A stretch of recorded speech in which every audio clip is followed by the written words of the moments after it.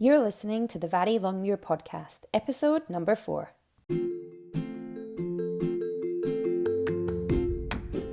Welcome to the Vari Longmuir Podcast, and as you may have guessed, I'm your host, Vari.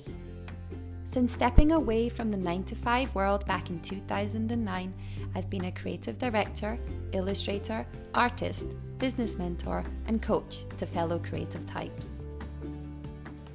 The intention with this podcast is to offer a fresh perspective about what it really means to be a working creative.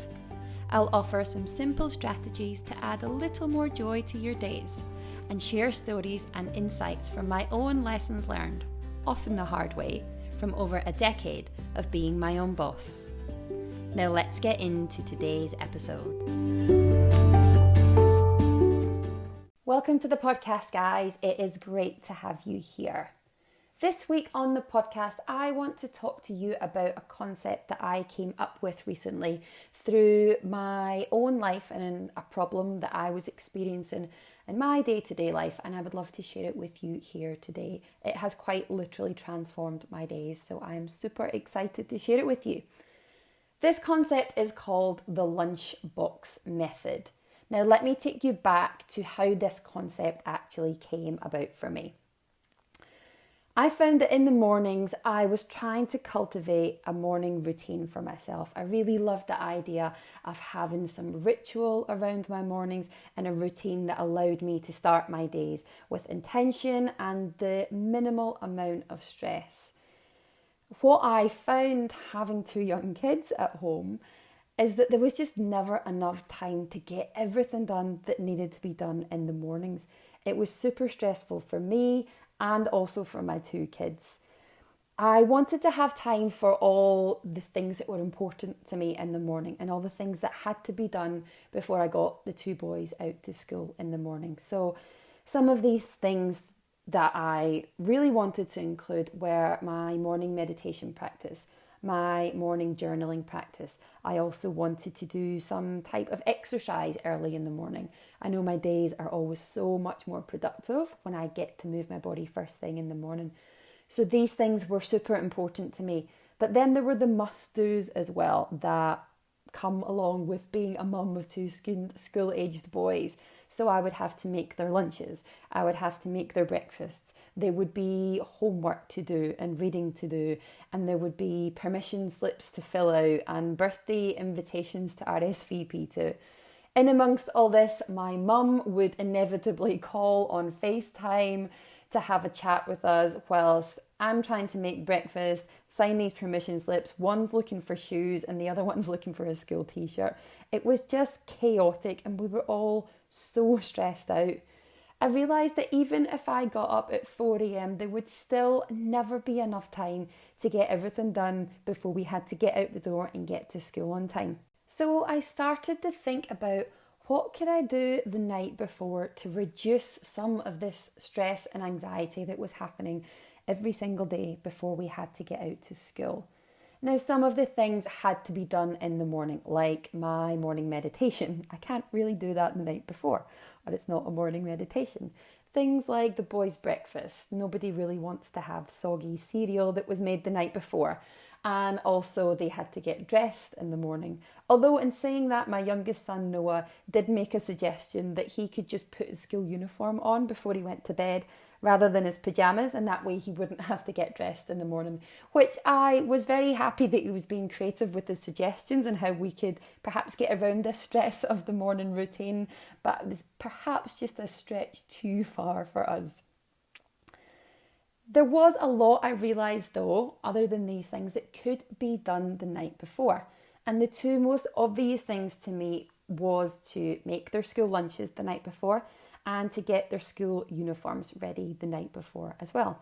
Now, I know to some of you this might seem like a super obvious solution to the problem we were having. And it does seem super obvious to me now that I'm actually doing it and living it. But at the time, this seemed like such a new concept and it was a total game changer for me. Now our mornings look something like this. I set my alarm for 6:30. I get up to my 15-minute meditation in the morning and I write in my journal whilst my coffee is being made in the kitchen.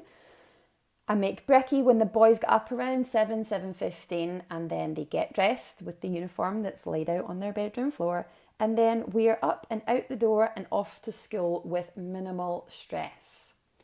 Now, a little side note, one of the things that I've actually been able to do the night before is actually get my coffee ready. So I got a coffee machine that I can program, so effectively I make my coffee the night before too. It's funny because the boys joke and they say it's like having our own live-in housekeeper. So when I finish my meditation, my coffee's there ready for me, and it feels so luxurious. It does really feel abundant, and it's something really, really small, but makes a massive difference to how our morning starts.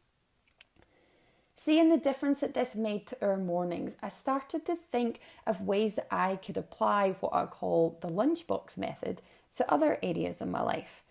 Because here's what it was actually doing for us. It was taking away the need for us to be reactionary and instead putting me in control of my day before it even got started. This idea of the lunchbox method was also really important to me as a parent. Now, my ex-husband and I co-parent our kids, and there are inevitably times when there's something that they need, like a pair of certain sports shoes, and they're at Dad's house. Planning the morning the night before has really let us fix any problems or any issues that there may be without there being this deadline of the school bell at 9 a.m. upon us. For example, if my youngest son Noah needed those sports shoes, and we realised the night before, then we could easily fix that with minimal stress the night before. We could either swing by Dad's place, which is just a 5 minutes drive away, and we could pick them up, or Dad could drop it off at our house on his way to work early the next morning. So it meant that we weren't running about trying to find them 10 minutes before we had to be out the door and at school. With our kids having two family homes, it was super important to us as co-parents that they never felt that there was this immense amount of pressure put on them to have all the logistics down. You need to plan for things, and even as adults, it can be quite overwhelming. And neither of us wanted to feel like there was this burden of responsibility put on them at such a young age, just because Mum and Dad chose to live in separate houses. So what did the lunchbox method mean for our mornings? It meant we had so much more time and space before we had to be out the door to school. We would be able to sit and eat breakfast on the deck, and in the summer we could even leave the house early and have a walk on the beach before school, which we could never have even contemplated before with all the madness. So now when my mum would FaceTime us from Scotland, we were actually able to have a normal conversation and a chat with her and not be running around yelling at each other the whole time. Applying the lunchbox method transformed how we started each day, and planning ahead of time for what needed to be done means that there are just no nasty surprises. I used to think that being so organised meant that there was no opportunity to be spontaneous, but what I have found is that the opposite is actually true. Planning ahead and being organised means that it gives us back so much more of the time that we would otherwise be spending just stressed out and hurried. Now, some of you may be saying, but doesn't that mean that you're just always in planning mode and you're always thinking ahead and you're never actually in the moment? The short answer is no, because planning for what's going to happen actually lets me enjoy it so much more when it's happening in real life. For example, planning my kid's birthday party. That's stuff that has to be done. Planning things around his birthday is stuff that I inevitably have to do, so I can either choose to do it ahead of time with lots of space, or I can do it at the last minute and be super stressed about it.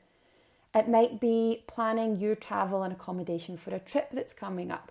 Now, you're going to have to get on a plane or on a train or rent a car or organise some kind of travel, and you're going to have to find some type of accommodation, whether it's a hotel or an Airbnb. Being able to do these things ahead of time lets you enjoy the going to the airport and being on the plane and arriving at your hotel. And it means that you're not so reactionary and you can actually be so much more in the moment. Another example is planning and recording these podcasts. Now, I could be planning and recording these the day before they're due to be published and go live, but I choose to do it ahead of time so I know that they're done and I can focus my attention and energy on other things. It also helps me keep super accountable for sending these podcasts out every single week by putting these deadlines on myself ahead of time and know that I can tick them off and that they will be done, and I can count on myself for actually doing it and following through with something that's super important to me without all the stress and anxiety that comes with working right up to that very last second. With these examples, there are elements that have to be planned and they have to be decided, regardless of whether you choose to do them a month in advance or the day or sometimes even the hour before. But the difference is that when I plan ahead of time, I get to enjoy them so much more when they come around. Also, with things like planning trips and holidays or birthday celebrations, by planning ahead of time, we get to enjoy them for a longer period of time. Let me explain this in a bit more detail. The human brain doesn't actually know the difference between what is our reality and what we're imagining in our mind. It doesn't know whether or not something is actually real. So in other words, it can't tell the difference between something that you're thinking about or something that's actually happening. As incredible as that sounds, it's absolutely true. When you spend some time thinking and planning and daydreaming about the things you're excited to do, then you create the same reactions in your body as you do when you're actually doing the thing. You produce the same vibrations in your body when you're planning the holiday, when you're searching for the Airbnbs, which is something I spend a lot of time doing. It's one of my favourite pastimes. When you're looking at flights, when you're reading travel magazines, or you're looking up reviews online, you get the same enjoyment out of the holiday planning as you do when you're physically on the trip. So the way I look at it is the lunchbox method not only reduces the need to be so reactionary and reduce the level of stress in my body, but it also multiplies the amount of joy and satisfaction that I can experience from any one single event. So where can you implement the lunchbox method in your life? What can you do today with ease that will afford you more space and more energy tomorrow? It might be spending an hour doing admin and emails this evening when the kids go to bed, so you can be offline all day tomorrow and work on that creative project that needs your full attention and full focus. It might be planning and preparing dinner for tomorrow so you can enjoy the time with your kids after school when they come home. To give you an example of my life at the moment, for me, I've scheduled a hair appointment and decided on my outfit for an event that I'm attending on Friday evening. I've also scheduled in my calendar to book tickets to the ballet for my kid's birthday, to book the restaurant that he wants to go to, and I've also set a reminder to order the cake he wants the week before. Now, his birthday isn't for another 5 weeks yet, but it's so much fun getting to think about it and plan it now. And I love that knowing that when his birthday actually comes around in 5 weeks' time, I won't be stressing about all the things on the to-do list, and I'll actually be able to just be present and enjoy the celebrations right along with him. That's all for this week, folks. For updates, be sure and subscribe to my newsletter over at varilongmuir.com and follow me on Instagram at Vari Longmuir. Thanks for listening, and I'll talk to you next week.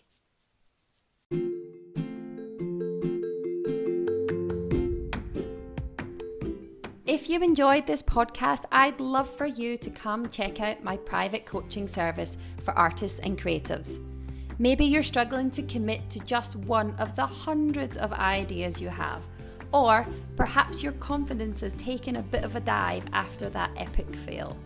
Regardless of what you're struggling with, a single coaching session can give you the focus and clarity you need to make the next right move for you.